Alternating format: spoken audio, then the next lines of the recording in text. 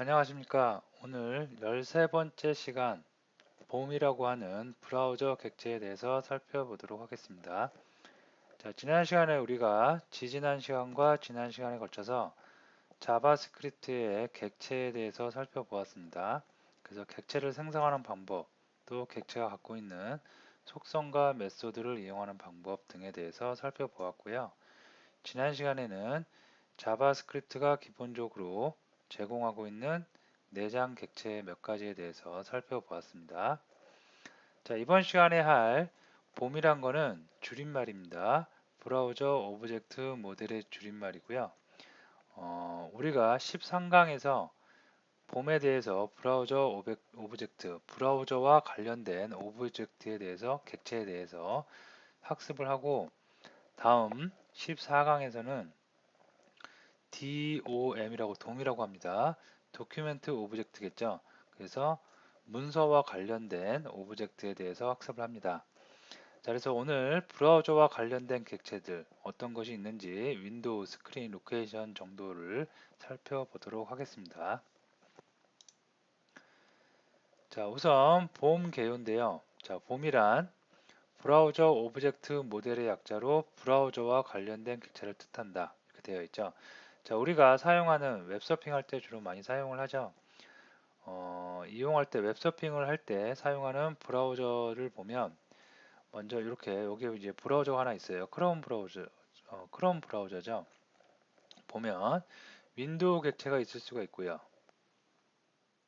다음에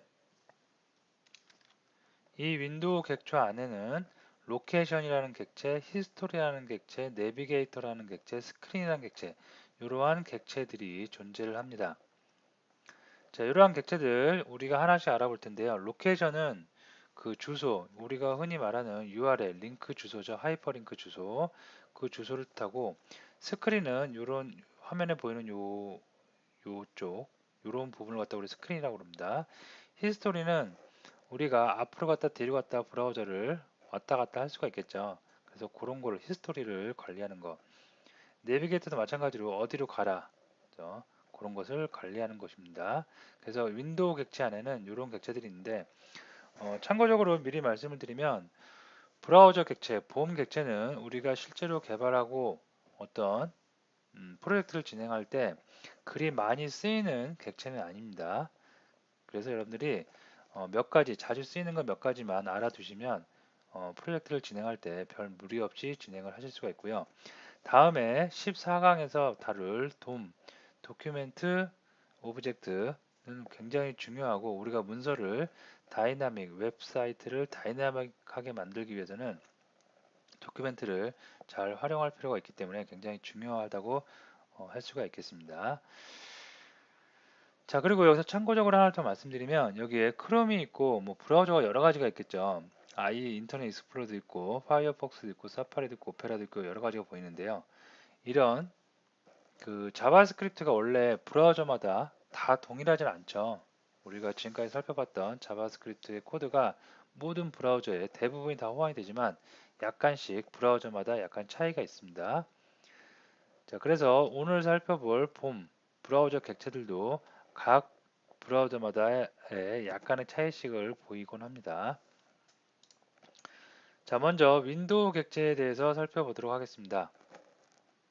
자, 윈도우 객체는 우리가 그동안 알아봤던, 이걸 조금 켜볼까요? 네.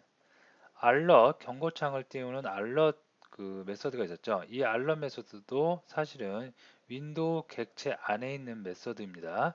자, 이렇게 원래는 FM대로 쓰면 윈도우 점 접근자를 써서 윈도우 점 알럿하고 우리가 내용물을 써줘야 되는데요. 윈도우 객체는 기본적으로 윈도우가 제공하는 객체이기 때문에 이렇게 생략을 해서 그냥 알럿만 적어서 사용을 해도 된다고 자바스크립트에서 명시를 했기 때문에 우리가 그냥 이렇게 간편하게 알럿이라고 해서 사용을 하는 겁니다. 자, 콘솔도 마찬가지예요. 윈도우 안에 있는 콘솔 객체 안에 있는 로그 메시지입니다. 그러다가 윈도우를 생략하고 콘솔.로그로 간단하게 사용을 합니다. 자, 그리고 이 두 가지는 우리가 살펴봤는데 윈도우 오픈이 있어요. 윈도우 오픈은 뭔가를 오픈하라는 명령입니다. 무엇인가를 오픈하냐면 첫 번째 있는 매개 변수가 이게 오픈할 윈도우의 URL 주소입니다. 자, 두 번째가 뭐겠어요? 새로 열릴 윈도우의 이름입니다. 자, 세 번째는 옵션입니다. 그래서 윈도우의 옵션이라고 하면은 가장 대표적인 게 가로와 세로 사이즈 또는 윈도우의 위치, X값, Y값, 좌표값 등등이 될 수가 있겠습니다. 자, 이거를 코드를 한번 보면 네, 이런 코드죠. 자, alert을 이렇게 쓸 수도 있고 이렇게 window.alert을 써도 되는데 이게 더 간편하기 때문에 우리가 일반적으로 이런 방식으로 많이 씁니다.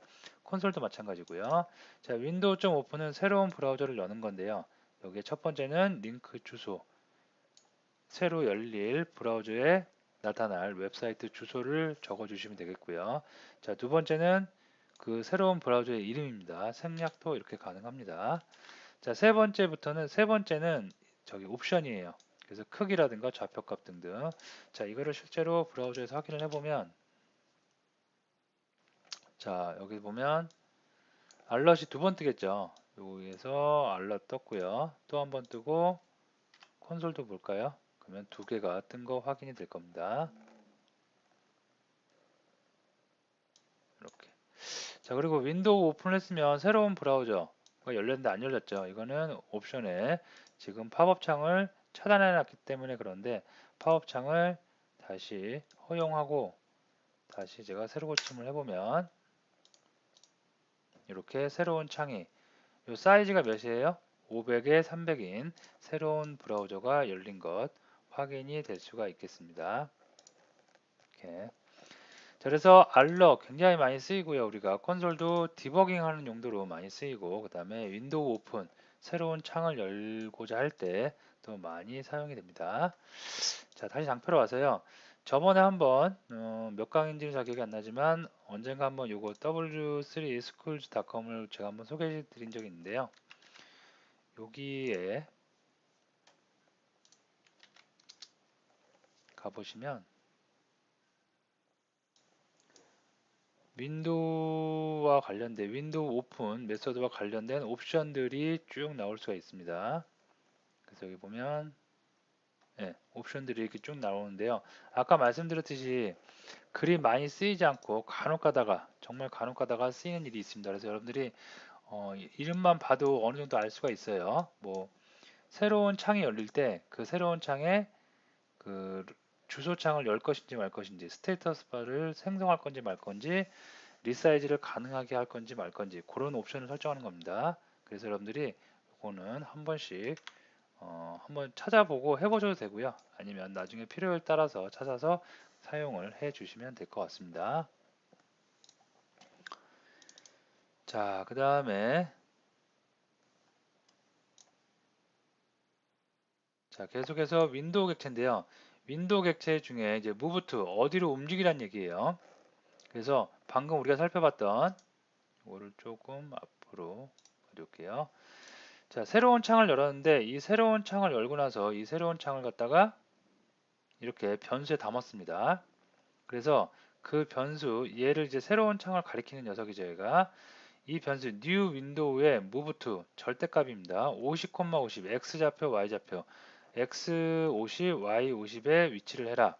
자, 그리고 포문이 들고 있네요. 여기에 move by는 상대적인 위치예요.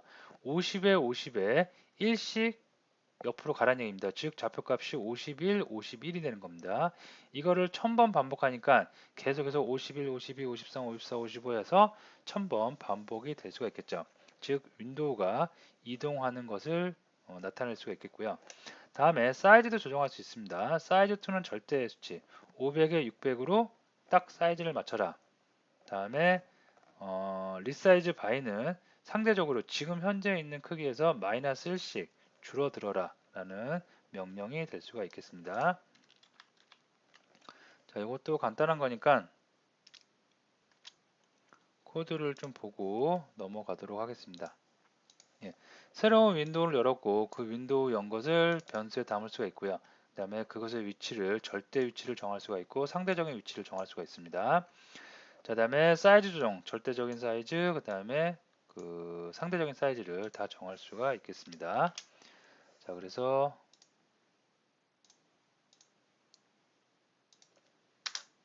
네, 이렇게 되겠죠. 포문에 의해서 위치가 변경되고요. 다음에 사이즈도 변경되는 것을 우리가 확인할 수가 있습니다. 간혹가다 여러분이 웹서핑 하다 보면 방금과 같은 그런 것을 본 적이 있을 겁니다. 있는데 이런 걸 본 적이 있을 건데 그리 많이 본 적은 없으시죠. 그래서 그만큼 사용 빈도가 높지는 않습니다. 자, 그 다음에 윈도우 객체 중에 온로드가 있는데 요거는 이제 많이 쓰여요. 자, 온로드가 뭐냐면 실제로 코드를 좀 볼게요. 자, 보시면 우리가 HTML에 종속되어 있는 종속해서 쓰는 자바스크립트라든가 CSS, 스타일시트 같은 거는 다 HTML도 마찬가지고요. 스크립트 언어입니다. 무슨 얘기냐면 위쪽에서 우리가 그 바이너리 코드로 변환해서 쓰는 언어들이 있죠.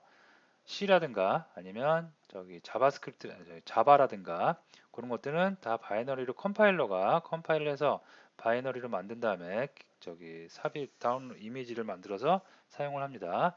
자, 하지만 이런 스크립트 언어는 인터프린트 언어라고 해서 브라우저 내에 인터프린트 해석키가 있습니다. 그 해석키에다가 어떠한 문서를 딱 던져주면 그 해석키는 위에서부터 쭉 순차적으로 읽어 나옵니다. 그래서 덕 타입 읽고 HTML 읽고 헤드 읽고 타이틀 읽고 그다음에 주석이니까 읽지 않고 스크립트 하나씩 하나씩 읽고 헤더 끝내고 이렇게 바디 읽고 순차적으로 읽어 나오는데요. 여기 보시면 스크립트에 window.onload라는 게 있습니다.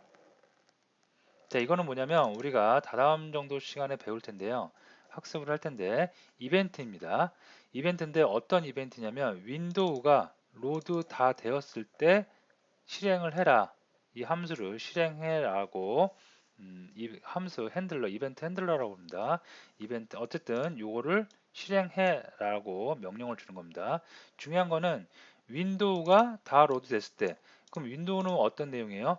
바디에 있는 내용이 윈도우의 내용이죠. 그래서 이 바디에 있는 내용이 모두 다 로드되고 다 실행이 됐을 때 예를 들어서 콘솔도 찍을 게 있으면 찍고 이미지도 나타낼 게 있으면 나타내고 패러그래프 P 태그에 있는 내용도 나타내면 나타내고 헤더 태그가 있으면 헤더 태그에 있는 내용도 출력할 게 있으면 출력하고 어쨌든 바디에 있는 모든 내용을 모든 요소를 다 작업을 마무리한 이후에 그 다음에 실행을 하라고 명령을 이벤트를 주는 겁니다. 그러면 위에서부터 스크립트 언어는 위에서부터 쭉 순차적으로 해석을 해 나온다고 그랬는데 여기에 딱 오는 순간 얘는 그냥 대기하고 있겠죠. 실행 안 하겠죠. 어디? 바디에서 모든 걸 다 실행할 때까지 기다립니다. 그러면서 바디에서 모든 걸 다 실행하고 나면 그 다음에 비로소 실행을 하는 거예요. 그래서 순서를 보면 콘솔 순서가 먼저 얘를 찍고요. 첫 번째 실행, 두 번째 실행, 다음에 바디가 끝났어요. 브라우저가 다 실행됐죠. 그럼 어디로 가요? 여기 와서 이제 윈도우 온 로드 이벤트가 발생을 하고 로드 이벤트가 발생을 하고 콘솔로 퍼스트를 출력하게 됩니다. 자, 실제로 한번 브라우저를 통해서 보면 이렇게 되는 거죠. 퍼스트 얘가 먼저 스크립트 상으로는 먼저 나왔지만 온 로드 이벤트가 발생한 후에 실행이 돼야 되기 때문에 일단 기다리고요. 세컨드, 서드 실행되고 그 다음에 퍼스트가 실행되는 것을 알 수가 있습니다. 자, 윈도우.온로드는 굉장히 중요하고 여러분이 중요하지만 그냥 간단하게 이렇게 쓰는 거예요. 매우 빈번하게 사용이 됩니다. 다시 이벤트 할 때 다시 한번 언급이 될 것 같은데요. 윈도우.온로드는 왜 많이 쓰이고 우리가 빈번히 쓰이냐면 우리가 어떠한 웹 문서를 다이나믹하게 만들 때는 이 요소를 선택을 할 수 있어야 되겠죠. 이 안에 있는 요소를 이 안에 있는 요소를 뭐 p 태그, div 태그, 패러그래프 태그, 헤더 태그 뭐 해서 뭐 여기에 있는 엘리먼트 요소들을 다 선택을 할 수 있어야 되는데 그 선택을 할 때 바디에 있는 내용이 모두 다 화면에 그려진 상태, 즉 출력이 된 상태에서 스크립트에서 그 객체들 를 갖다가 선택해서 뭔가 조작을 하고 해서 다이나믹 요소를 만들어야겠죠. 여기가 다 만들어지지 않았는데 여기서 뭔가 조작을 한다. 말이 안 되겠죠. 그래서 에러가 뜹니다. 참조할 수 없다고. 그래서 여기가 다 로드 될 때까지 기다렸다가 나는 실행한다 라고 해서 window.onload를 굉장히 빈번하게 많이 사용이 되고 있습니다. 자, 그래서 onload, 로드 이벤트 꼭 알아두시면 될 것 같습니다. 이벤트 할 때 다시 나오게 되면 다시 한번 언급을 해 드리겠습니다. 자, 그 다음에 윈도우가 오픈되는 거예요. 요거는 윈도우 오픈되고 위치를 또 정하는 건데요. 자, 보시면 자, 스크린 객체입니다. 그래서 스크린 객체는 현재 브라우저, 내가 사용하고 있는 브라우저 말고 내가 사용하고 있는 모니터 있죠.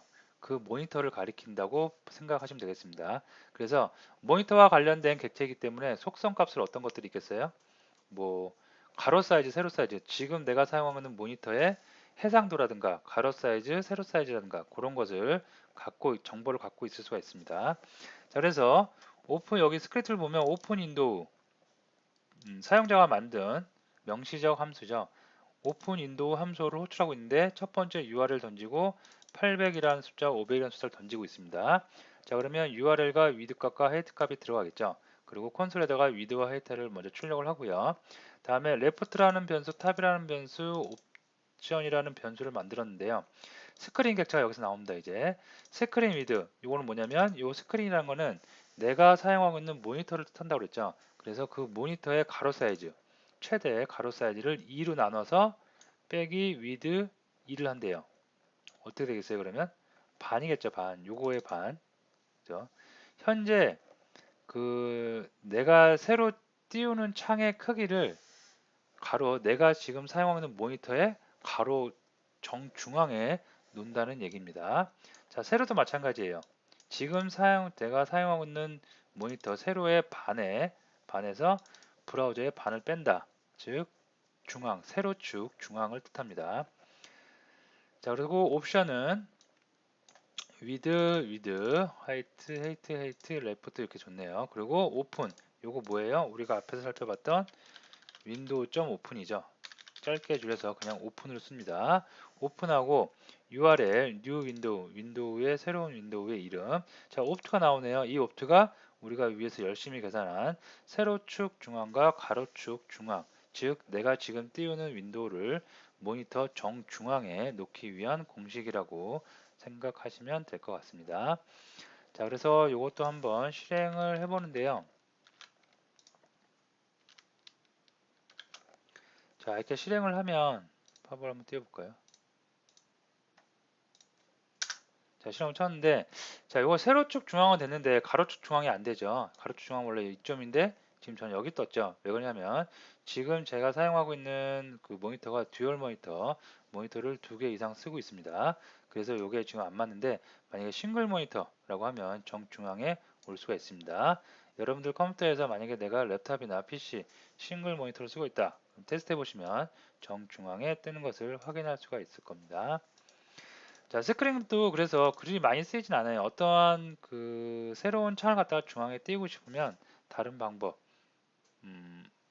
으로 하거나 아니면 새로운 창 자체를 띄우는 거를 우리가 그다지 많이 쓰이지 않기 때문에 그다지 많이 쓰이지 않지만 여러분들이 알고는 있어야 되겠죠. 언젠가 꼭 써야 될 일이 있을 때는 레퍼런스 문서 등을 찾아서 참고해서 사용을 해 주시면 될 것 같습니다.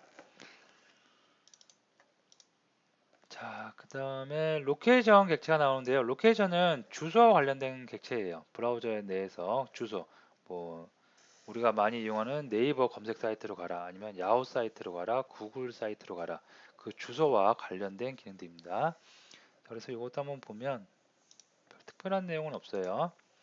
자, 윈도우.onload 어디 브라우저가 이거 다 실행된 다음에 그 다음에 이 안에 있는 내용을 실행해 주세요 라고 나오고요. 자, 주석처를 해놨는데 다 거의 비슷비슷한 기능이기 때문에 여러분들이 한 번씩 직접 해보시면 됩니다. 로케이션이라는 객체의 href라는 이거는 속성이죠. 그리고 이렇게 지정해주면 이 사이트, 야후 사이트로 가는 거예요. 현재 내가 보고 있는 사이트가 뭐 구글 사이트다. 근데 로케이션 href를 주면 야후 사이트로 이렇게 간다는 얘기입니다. 자, 어사인과 리플레시도 마찬가지예요. 이렇게 내가 매개 변수로 던져준 URL에 있는 주소로 그대로 이동이 될 수가 있습니다. 자, 다음에 setTime 함수 오래간만에 보죠. setTime 함수 뭔가 일정한 시간이 되면 이 안에 있는 내용을 실행하라 라고 합니다. 그리고 그 시간은 여기다 뒤에다 적어주는데요. 3초 뒤에 컨솔 로그에서 이렇게 로그를 찍어주고요. 그 다음에 리로드가 있어요. 자, 이건 뭐냐면 리로드는 딱 이름만 봐도 뭔지 감이 올 수가 있습니다. 새로 고침이겠죠. 얘네들은 어디로 가라라는 그 화면을 전환해 주는데 얘는 새로 고침입니다. 자, 그러면 set timeout은 한 번만 3초 뒤에 한 번만 실행하고 그 실행문을 종료를 하죠. 더 이상 실행하지 않죠. 하지만 새로 고침했어요. 새로 고침하면 또 다시 읽겠죠. 얘를 전체를. 자, 새로운 페이지니까 그러면 3초 뒤에 또 실행되고 또 실행되고 계속해서 반복 실행이 되는 것을 확인할 수가 있습니다. 자, 그래서 이렇게까지 한번 요거는 스크린은 여러분이 직접 한번 해보세요. 그냥 화면 이동하는 거기 때문에 별 어려움이 없을 겁니다. 자, 그래서 오늘 봄 객체 브라우저 오브젝트 모델 봄 브라우저 객체에 대해서 살펴봤는데요. 그다지 특별한 것도 없고 여러분들이 빈번하게 사용할 일도 별로 없을 것입니다. 그래서 가볍게 이런 게 있구나 라고 알아두시고 나중에 꼭 써야 될 일이 있을 때 참고해서 사용을 해 주시면 될 것 같습니다. 자, 오늘 수업 여기서 마치도록 하겠습니다.